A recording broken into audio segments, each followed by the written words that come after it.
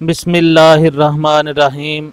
Students और मेरे दोस्तों, अस्सलामु अलैकुम। मैं हूं आपका टीचर मोहम्मद रज़ाक और आप देख रहे हैं मेरा YouTube channel Razak genius. Students, आज के लेक्चर का मेरा टॉपिक है इमेजेस इन HTML।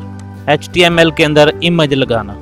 तो इसके लिए इससे पहले कि मैं अपना लेक्चर स्टार्ट करूं, मैं अपने स्टूडेंट्स और दोस्तों से रिक्वेस्ट करता हूं, अगर आप मेरे चैनल में नए हैं सब्सक्राइब कर लें और बेल के आइकन को ज़रूर सेलेक्ट कीजिएगा ताकि मेरी आइंदा आने वाली जो वीडियोज़ हैं उनके नोटिफिकेशन आपको बर वक्त मिल सके। स्टूडेंट्स और दोस्तों के लिए एक बात ये भी है कि ये जो HTML के लेक्चर्स हैं, ये स्टूडेंट्स जो हैं उनको तो ज़रूर इनकी प्रैक्टिस करनी चाहिए, ये सीखना चाहिए।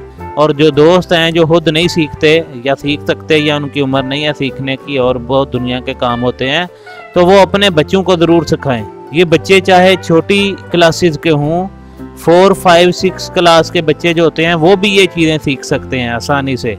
जैसे मैंने बिल्कुल सादा तरीके से ये लेक्चर रिकॉर्ड किए हैं, तो ये छोटे छोटे बच्चे जो हैं वो भी इन लेक्चर्स को सुनकर और इनका कोड याद कर सकते हैं और इसकी मदद से वो छोटे छोटे प्रोग्राम बनाकर प्रैक्टिस कर सकते हैं। जब छोटे छोटे बच्चे इस तरह का नॉलेज हासिल कर लेते हैं तो बड़े होकर वो बहुत अच्छे प्रोग्रामर बनते हैं, डेवलपर बनते हैं। तो लिहाजा दोस्तों से रिक्वेस्ट है कि अपने बच्चों को ज़रूर मौका दें कि वो ये लेक्चर सुने और अपने आप को इम्प्रूव करने की कोशिश करें। ये चाहे कोई बच्चा आगे जाकर बायो पढ़े या कोई आर्ट्स पढ़े या साइंस के सब्जेक्ट पढ़े, तो ये नॉलेज जो जदीद नॉलेज है ये तो हर एक के लिए लाजमी है। आज जो जदीद नॉलेज नहीं हासिल करता वो अनपढ़ ही गिना जाता है।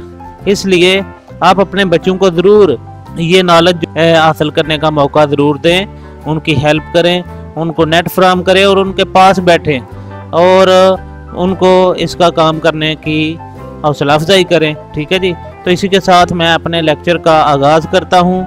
तो जैसे कि आप देख रहे हैं, ये नोटपैड में मैंने अपने लेक्चर के लिए आज एक चेक लिस्ट बनाई है। तो आज मेरा इमेजेस वाला ये पार्ट नंबर 1 लेक्चर होगा। टोटल मेरा ये 10th लेक्चर है और उसका ये पहला हिस्सा होगा। Image tag is used to enter image in web page. Web page में इमेज लगाने के लिए हमें इमेज टैग इस्तेमाल करना होता है और ये इमेज टैग इस तरह है, यानी कि एंगल ब्रैकेट IMG और उसके बाद एंगल ब्रैकेट से हम सिर्फ क्लोज कर सकते हैं या स्लैश एंगल ब्रैकेट लगा लें, ये आपकी अपनी मर्जी है, स्लैश लगाएं या ना लगाएं। इसके बाद image tag uses SRC and ALT attributes. Image tag जो होता है ये वाला एट्रीब्यूट जरूर यूज करता है, यानी कि SRC से मुराद है source, and ALT alternate attribute use करता है कि अगर इमेज मौजूद ना हो या इमेज डिलीट हो चुका हो तो फिर उस इमेज की जगह पर उसकी छोटी सी डिस्क्रिप्शन को शो करता है, ये वाला एट्रीब्यूट। इसके बाद मैंने एक एग्जांपल के तौर पर एक टैग बनाकर इसमें लिखा है एंगल ब्रैकेट इमेज एस आगे space SRC is equal to in double quotation pic1.jpg आगे स्पेस देकर ALT is equal to in double quotation वो डिस्क्रिप्शन हमने लिखनी है, जैसे कि मैंने लिखा दिस इज स्कूल पिक और उसके बाद स्लैश एंगल ब्रैकेट क्लोज। तो ये इस तरह से करके ये वाला जो इमेज है, इमेज का टैग है वो लिखा जाता है और इसके अंदर बाकी जो एट्रीब्यूट्स हैं वो लिखे जाते हैं। इसके साथ एक और काम आज मैं सिखाऊंगा, width and height attributes are used to set the width and height of image in web page. Web page के अंदर जो इमेज हम इंसर्ट करेंगे उस इमेज की हाइट और विड्थ को भी हम कंट्रोल कर सकते हैं इन 2 एट्रीब्यूट्स की मदद से, यानी कि विड्थ और हाइट के एट्रीब्यूट की मदद से। तो आए हम नोटपैड के ऊपर इसकी प्रैक्टिस करते हैं। नोटपैड में मैंने एक बेसिक सा स्ट्रक्चर है वो मैंने लिख के रखा हुआ है पहले से और इसको मैंने सेव किया हुआ है कंप्यूटर के अंदर सेव करके। तो मैंने इसको ब्राउज़र में भी ओपन किया हुआ है। ये आप देख सकते हैं inserting images in the web page. इसको मैं थोड़ा सा इन साइज इसका इंक्रीज कर देता हूँ ताकि स्टूडेंट्स को देखने में आसानी रहे। जैसे ये inserting images in web page, body के टैग के अंदर एक हेडिंग का टैग दिया जिसमें लिखा है inserting images in web page. अब मैं इसके अंदर आपके सामने एक इमेज इंसर्ट करके आपको दिखाता हूँ। जैसे कि मैं लिखता हूँ, आप देख सकते हैं। उसी तरह एंगल ब्रैकेट डाली, IMG लिखा और उसके बाद मैंने स्पेस देकर स्लैश और एंगल ब्रैकेट क्लोज कर दी। तो स्टूडेंट्स, इसके अंदर मैं एक इमेज लगाना चाह रहा हूँ फैसल मस्जिद का। इमेज जो है वो मैंने सेव रखा हुआ है अपने पास, तो उसको मैं यहाँ इंसर्ट करूँगा। तो SRC लिखने के बाद इक्वल और डबल कोटेशन लिखूँगा और उसके बाद मैं MASJID masjid.jpg ये मैंने लिख दिया और इसको मैं सेव करूँगा। और सेव करने के बाद मैं ब्राउज़र को रिफ्रेश करूँगा। ये देखें जी, ये इसके अंदर ये इस्लामाबाद की जो मस्जिद है उसका इमेज आ गया और ये इमेज बहुत बड़ा है, बहुत बड़ा इमेज है। ये आप देख सकते हैं, ये बहुत बड़ा इमेज है। इस इमेज की हाइट और विड्थ को हम कंट्रोल करके तो हम इसको एडजस्ट कर सकते हैं इसमें। तो वो कैसे करेंगे, उसको करने से पहले मैं इसमें एक और एट्रीब्यूट लगा दूं, ALT is equal to in double quotation. मैं थोड़ा सा इसकी डिस्क्रिप्शन लिख देता हूँ, FASL फैसल मस्जिद इन इस्लामाबाद। ये मैंने लिख दिया, सेव कर दिया। अब मैं ये करता हूँ कि ये मस्जिद का जो नाम है इसको मैं थोड़ा सा बदल देता हूँ, यानी कि MASJI मैंने लिख दिया, यानी कि चेंज कर दिया, थोड़ा सा चेंज किया। तो चेंज करने के बाद मैं इसको रिफ्रेश करूँगा तो आप देख सकते हैं कि वो इमेज यहाँ पर तो नहीं आया, लेकिन उसकी जो मैंने आर्ट के अंदर डिस्क्रिप्शन दी थी वो लिखी हुई आ गई है। इसका मतलब जब इमेज हमें नहीं मिलता तो उसकी जगह पर जो डिस्क्रिप्शन होती है वो हमें दिखाई देती है। इसका आर्ट का ये फ़ायदा होता है। तो मैं दोबारा से इसको डी कर दूँ इसका और सेव करूँ। सेव करने के बाद इसको रिफ्रेश करूँ, ये दोबारा इमेज उसी तरह आ गया। अब इमेज बहुत बड़ा है, हम इस इमेज को देखना चाहते हैं ज़रा छोटा करके, तो वो कैसे हम करेंगे।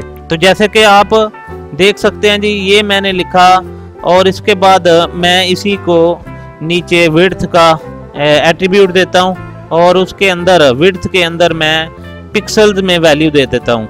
मसलन मैं विड्थ जो है वो 500 पिक्सल देता हूँ और उसके बाद हाइट 300 पिक्सल दे देता हूँ। ये पिक्सल में भी दिया जा सकता है और परसेंटेज में भी वैल्यू दी जा सकती है। इसको मैंने कंट्रोल S किया। कंट्रोल S करने के बाद मैं ब्राउज़र में जाकर उसको रिफ्रेश करूँगा। जब ब्राउज़र को रिफ्रेश किया तो अब आप देख सकते हैं कि अब जो इमेज है उसकी विड्थ और उसकी हाइट कम हो गई है। मैं थोड़ी सी मज़ीद कम कर देता हूँ ताकि जो है ना ये इजीली हमें सारा इमेज जो है वो नज़र आ जाए। तो ये मैंने 400 किया और इसको मैं 250 कर देता हूँ। 250 आई थिंक बड़ा होगा। तो ये कंट्रोल S किया। कंट्रोल S करने के बाद इसको रिफ्रेश करूँगा तो ये आप देख सकते हैं कि मज़ीद छोटा हो गया। और रिफ्रेश करता हूँ, ये देखें जी, ये हमारे पास इमेज आ गया इस्लामाबाद मस्जिद यानी कि फैसल मस्जिद का। और ऊपर जो हेडिंग हमने दिया था inserting images in web page, तो इस तरह करके हम इमेज जो है वो दे सकते हैं। अगर हम इससे ज़्यादा इमेज देना चाहें, यानी कि एक इमेज हमने दिया है, एक और इमेज देना चाहें, तो उसका तरीका सिर्फ और सिर्फ यही होगा कि ये सारे का सारा जो टैग है इमेज का, इसको हम कॉपी करें और इसके बाद एक और यहाँ पर पेस्ट कर दें। ये देखें जी, 2 दफ़ा पेस्ट कर दिया, सेव किया और उसके बाद इसको हम रिफ्रेश करेंगे तो वही इमेज 2 दफ़ा आ जाएगा। लेकिन इमेज को हम चेंज कर सकते हैं कि हम कोई और इमेज जो है वो अपने उस फोल्डर में, जिस फोल्डर में मैंने अपना प्रोग्राम बना के रखा हुआ है, उस फोल्डर में हम एक और इमेज डाल दें। मसलन मैं ये इमेज का जो टैग है, ये यानी कि जो थंबनेल है, वो मैं कॉपी करके उस फोल्डर के अंदर मैंने रखा हुआ है, लेक्चर 10A मैंने इसका नाम रखा हुआ है। चलो यहाँ से ही कर लेते हैं। तो ये इसका जो नाम है मैं सिर्फ वो तब्दील करूँगा, लेक्चर सिर्फ नाम तब्दील करूँगा तो उससे वो दूसरा थंबनेल आ जाएगा, लेक्चर 10A। अब उसका नाम जो है वो कैसे था, स्पेस तो नहीं थी, नहीं स्पेस नहीं थी, ये बिल्कुल ठीक मैंने लिख दिया। और इसकी जो डिस्क्रिप्शन है वो भी मुझे तब्दील करनी होगी, लेक्चर नंबर 10A। और उसके बाद जो विड्थ है, हाइट है, वो मैं उसी तरह रख देता हूँ। जब कंट्रोल एस करूँगा और उसके बाद मैं ब्राउज़र को, आप देख सकते हैं कि मैं ब्राउज़र को जो है वो रिफ्रेश करूँगा। तो रिफ्रेश करने पर ये आप देख सकते हैं कि मेरा थंबनेल इस वीडियो का जो इमेजेस का पार्ट 1 है उसका थंबनेल नीचे आ गया, और ऊपर जो है वो फैसल मस्जिद है और नीचे मेरा थंबनेल आ गया। ये दोनों पिक्चर्स ऊपर नीचे आई हैं, क्योंकि ये नीचे वाली पिक्चर ने तो इसके आगे आना था, लेकिन वो आगे इतनी जगह नहीं थी, इसलिए ये नीचे आई है। अगर मैं इसकी ऊपर वाले की हाइट को और तब्दील कर दूं, यानी कि 200 कर दूं और नीचे से 150 कर दूं, इसी तरह नीचे वाली जो है वो भी मैं इनको चेंज कर दूं, इसी तरह की विड्थ और हाइट बना दूं, तो आप देखेंगे कि रिफ्रेश करने के बाद ये दोनों पिक्चर्स साथ साथ आएंगी, एक दूसरे के साथ आ रही हैं। अब इन पिक्चर्स को हम दूसरी पिक्चर को नीचे लेकर जा सकते हैं, और उसका तरीका आपने सीखा हुआ है। वो तरीका क्या था कि हम पहले वाले टैग के बाद BR का टैग लगा दें। BR का टैग लगाने के बाद जब हम अपने ब्राउज़र को रिफ्रेश करेंगे तो आप देख सकते हैं दूसरा इमेज उसके नीचे आ जाएगा, फैसल मस्जिद के नीचे आ जाएगा। तो ये तरीका है अपने वेब पेज के अंदर इमेज लगाने का। स्टूडेंट्स, आप इस HTML को तब भी सीख सकते हैं जब आप प्रैक्टिस करेंगे। जब आप प्रैक्टिस नहीं करेंगे, सिर्फ मोबाइल पर लेक्चर सुन लेंगे और उसके बाद प्रैक्टिस नहीं करेंगे तो कोई फ़ायदा नहीं होगा, आप अपना वक्त ज़ाया कर रहे होंगे। तो ये आप देख सकते हैं कि मैंने ये 2 इमेज लगाए, इनकी विड्थ और हाइट को भी मैंने कंट्रोल किया। हालांकि ये इमेज बहुत बड़े थे, लेकिन मैंने उनको कंट्रोल करके उनकी विड्थ और हाइट अपनी मर्जी की कर दी है। इमेज को हम नीचे ला सकते हैं ब्रेक के टैग से, और साथ भी दे सकते हैं अगर ब्रेक का टैग ना दें तो, और अगर इमेज बड़ा हो जाए तो ऑटोमेटिक दूसरा इमेज नीचे आ जाता है। तो ये आज का प्रोग्राम था जिसमें मैंने आपको इमेज सिखाए। इसी के साथ एक दफ़ा फिर मैं अपने स्टूडेंट्स और अपने टीचर्स को से रिक्वेस्ट करता हूँ, अगर आप मेरे चैनल पर नए हैं तो आप मेरे चैनल को सब्सक्राइब ज़रूर करें और बेल के आइकन को ज़रूर सेलेक्ट कीजिएगा, ताकि मेरी आइंदा आने वाली वीडियो को नोटिफिकेशन आपको बर वक्त मिले। और जो मैं दोस्तों से खसूसी रिक्वेस्ट करूंगा कि आप अपने बच्चों को ये लेक्चर्स ज़रूर सुनवाएं और उनको कंप्यूटर पर बैठाएं, उनको कंप्यूटर पर बैठाएं, ताकि वो कंप्यूटर के ऊपर ये छोटे छोटे प्रोग्राम बनाकर खुद अपने हाथ को अभी से ही सीधा करें, और जब वो बड़े होंगे तो उनको वेबसाइट्स का पूरा इल्म होगा कि ये वेबसाइट कैसे वर्क करती हैं, ये कैसे काम करती हैं। तो इसी के साथ मैं इजाज़त चाहता हूँ। अल्लाह हाफिज़।